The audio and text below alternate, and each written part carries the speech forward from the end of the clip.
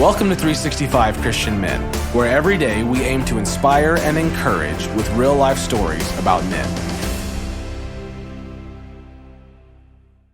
March 20th, John Foxe.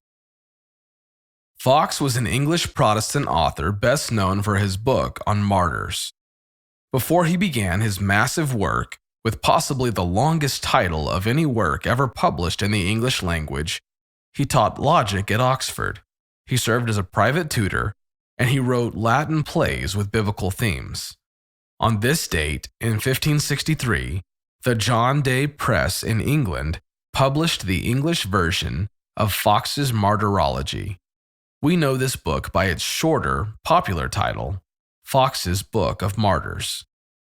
Foxe based the book on documents of trials for heresy and on statements from friends of those who were condemned and executed as heretics. Foxe wrote about his disagreement with the Catholic Church. He said, "A person should be able to see that the religion of Christ, meant to be spirit and truth, had been turned into nothing but outward observances, ceremonies, and idolatry.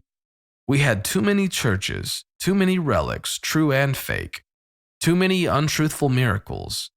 Instead of worshiping the only living Lord, we worshipped dead bones." Sometimes a little listening can do more than any amount of talk. Silence blanketed the room as friends and relatives gathered around the small woman huddled on her bed.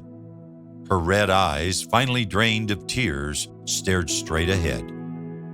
Physicians had come and gone, and they claimed her melancholy life would soon take her to the grave.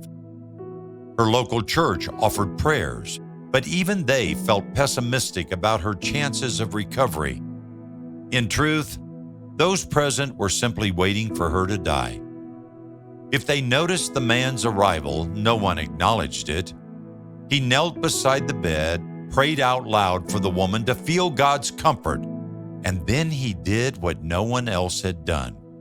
He simply sat beside the woman and waited patiently for her to speak.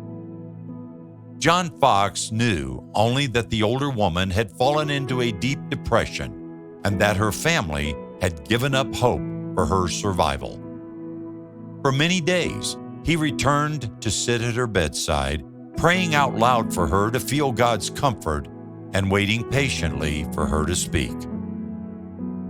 Finally, she did speak. Mrs. Honeywood shared with Foxe her many experiences over the years, visiting prisoners to bring them comfort, and her greatest despair coming as they were beheaded or burned at the stake under Queen Mary's rule. She was particularly haunted by the death of one prisoner, John Bradford, whom she had prayed with and believed to be a good man. On the day of his execution, she had followed John to Smithfield, prayed for him, and offered support even as the guards tied him to the stake and lit the fire. She remembered with horror how many people stood in the open air that day, waiting to watch a man burn to death, a man who had never hurt anyone.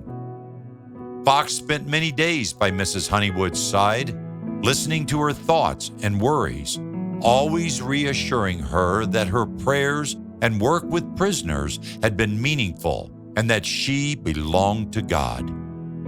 Little by little, she emerged from her depression until she was whole again.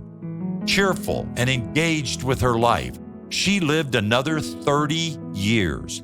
Deeply involved with her church and community, she and Foxe remained close friends until the day she died. In Galatians 6:2, God tells us, "Carry each other's burdens, and in this way you will fulfill the law of Christ." Are there some people in your life who need a good listener? Think about your family and friends. Would they say you are a good listener?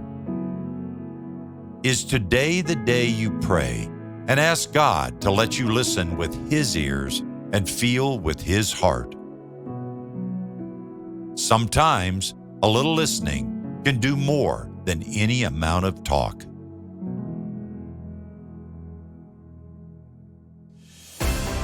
Thank you for listening to today's story. Every day of the year, our hope is to inspire you with real-life stories of faithful men who have gone before us. Hebrews 12:1 says, "Therefore, since we are surrounded by so great a cloud of witnesses, let us lay aside every weight and the sin that so easily ensnares us. Let us run with endurance the race that is set before us." Join us tomorrow for another story at 365christianmen.com.